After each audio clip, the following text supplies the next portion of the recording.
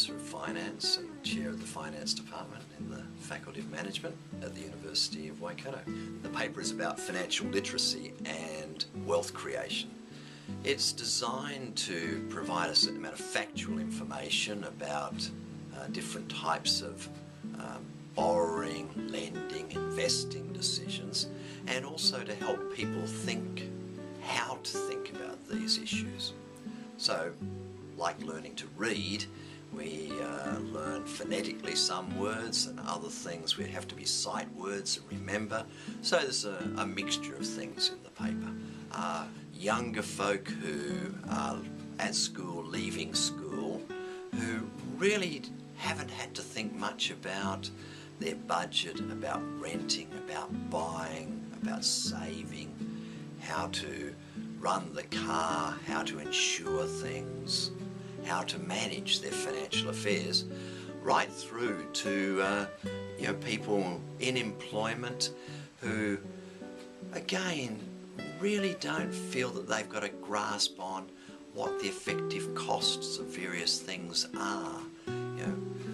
What's the advantages of it being involved in different types of savings scheme, through to retired people who need to manage their cash flows, who would still like some holidays, want to be able to look after the grandchildren and have all sorts of aspirations, but these need to be balanced with the financial resources available. Well, hopefully it will lead to a more stress-free and happier lifestyle.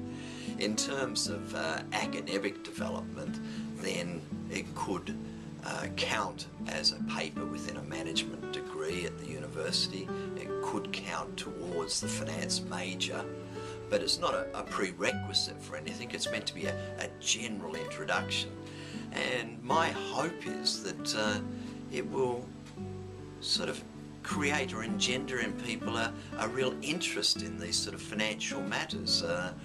Some people think, oh, finance is a bit boring, it's a bit gobbledygook. Well, that's because we just dress it up. It's really quite straightforward. I think that most people have more wants, more aspirations. The more media we have, we talk about the world shrinking, so we see travel opportunities, we see wonderful consumer resources, motor cars, all sorts of great things, clothing, everything else.